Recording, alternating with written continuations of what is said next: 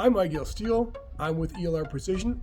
Welcome to the Vortex Diamondback Tactical 6-24x50.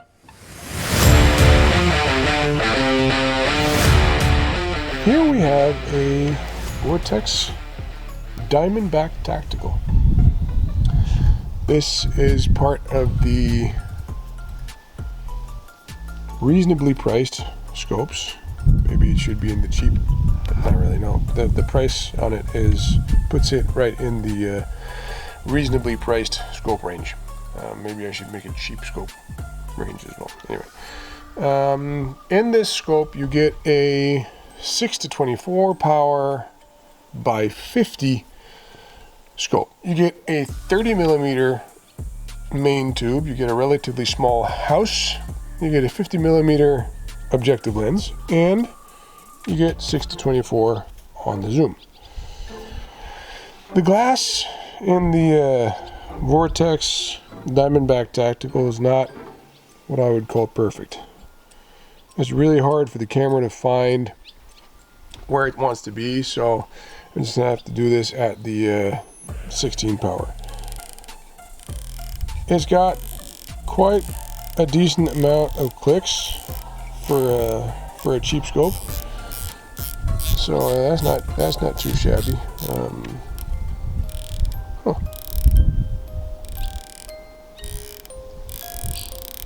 Really, that's quite interesting.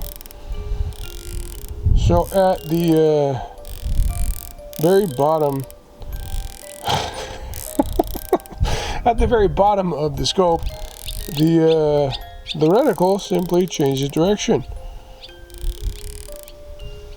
I wonder if that's a fault that can be taken on warranty, because that's not supposed to be like that. Anyway, we'll talk to Vortex about that. They do have their VIP warranty on a scope like this, so we'll see how that works. Wow. Anyway, onward and upward. It's got from the very bottom all the way over there. So that's 0, 1, 2, 3, 4, 5, 6, 7, 8, 9, 10, 11, 12, 13, 14, 15, 16, 17, 18, 19. About 18.6 mils of adjustment, but we can't really use this up here for much. We can't really use it from there and out, so that's minus 1.5, so that's 18-ish mils. That's a surprise, actually. I was not counting on this to happen.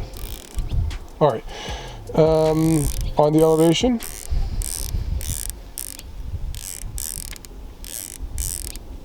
actually it does the same. It also dives at the very edge, and then there's a part that doesn't really do anything. Wow, quality. Anyway, we'll have to check out the Vortex very important promised warranty. You actually get okay glass in this. It's not the best in the world at all. It's not the worst in the world at all. But it's also a relatively cheap scope, so what can you expect? You get from 10 yards to 300 yards to infinity of parallax adjustment. You do get a first focal plane reticle, so that's positive, which means that the reticle is enlarged together with the zoom. And at maximum zoom, you get the same blue tinge out there as you do with the, what was that? I forget. But that's the chromatic aberration working for you there. So quite a bit of that.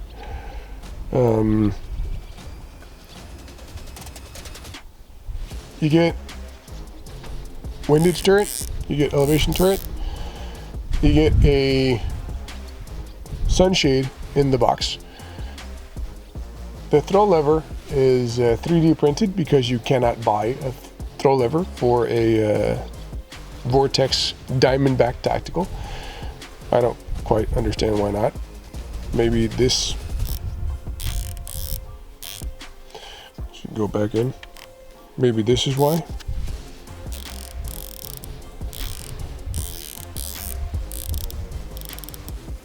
No, it's not doing it. That's weird. Fixed itself. Anyway, I think we can do the rest of this at the bench. I'm flabbergasted. I'm lost for words with that show on the turret, that it moves out to one side. Wow.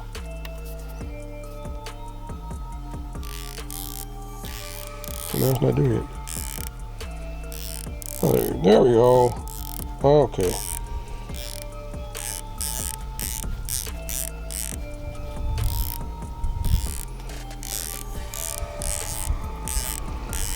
So what is it? When is it? When it? Wow.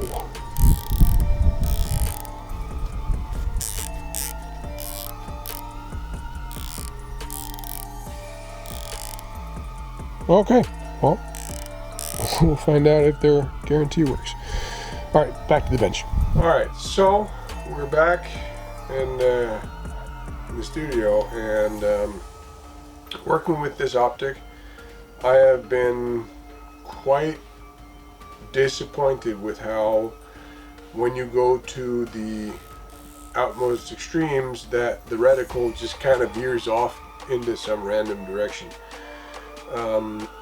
I've been thinking, and I believe this is because the Vortex Diamondback Tactical does not come with a zero stop. If it did come with a zero stop, then I believe that that curvature of the tube would not, because I believe that's what's happening, is that the reticle is hitting, or the glass or whatever is hitting the curvature of the tube, and therefore deflecting into one or the other direction. I am not a animator, and this is the best I could do with the resources I have. So what I think is going on is that when you move the reticle up and down, or you turn your turrets, the reticle of course moves up and down and side to side. That's all well and good. So what I think is happening when you do hit that weird veering off to the side, I think what's happening is that you're turning up, you're dialing up, you're dialing up, you're dialing up, and then you hit your edge at the top of your reticle, and then it starts to follow the edge of the tube on the outside. This is of course very exaggerated, and I believe that when you're out in your extremes, then when you do go out, and that's one of the reasons why I think that the reticle just sits there. When you come out here, it just sits still and at the side, and the same goes for the other side. So I think what's going on is, and I haven't confirmed this with anyone, this is just my personal deduction on what I think is going on. You dial up for on your turrets, and then you hit your edge, and then the reticle just kind of follows along the edges or the sides of the tube. So that's just me trying to do a small animation. If somebody knows of a program that can do this better for me, please let me know. Now, if it had a zero stop, I guess it would have been a more expensive scope. If it had been a zero stop, it would also have been a more usable scope.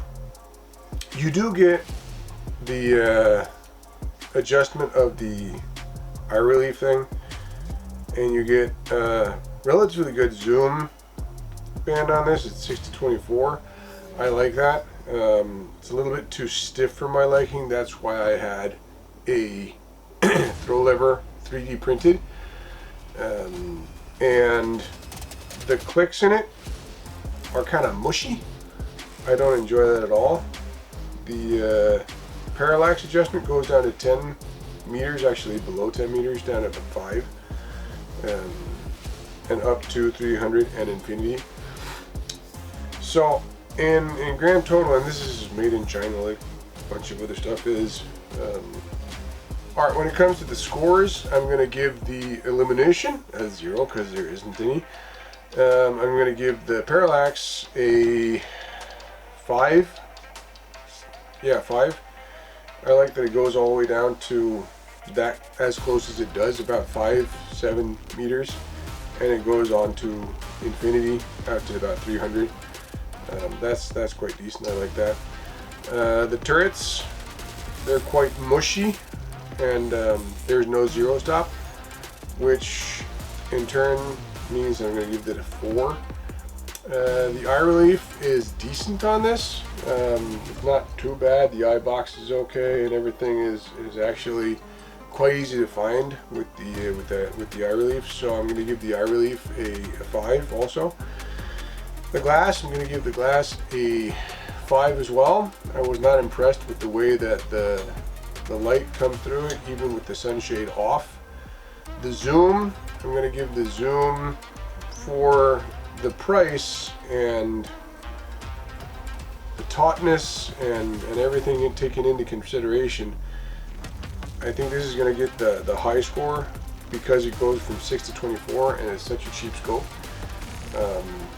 And it is FFP, so that also gives it a notch up. So I'd give the zoom a 7. It's a little bit too taut. Again, that's why I had the throw lever made. Overall, I think this so far is going to be our low baller. So overall, I think I'm going to give this a 5. I'm going to give this a 5 overall.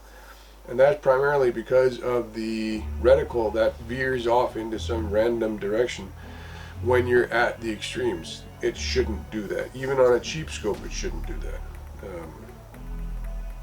But I mean, totally, it's put together decently. Everything screws out nicely. Everything works as it's intended to, I guess. So with that taken into consideration, that those turrets, that's really a problem, that it veers off. So that's it for the Vortex Diamondback Tactical. It is a very cheap FFP scope, and we'll be going into FFP versus SFP a little later. We'll be talking about how there are pros and cons to FFP versus SFP and why we prefer to have a FFP when we're shooting competition fast style shooting, and why SFP is actually okay when long range shooting. SFP is just not cool when you got hash marks in there for mills. Anyway, we'll cover that in a different video. So, until next time, stay tuned and stay safe. Oh, by the way, please like, share, and subscribe. That's what keeps me going.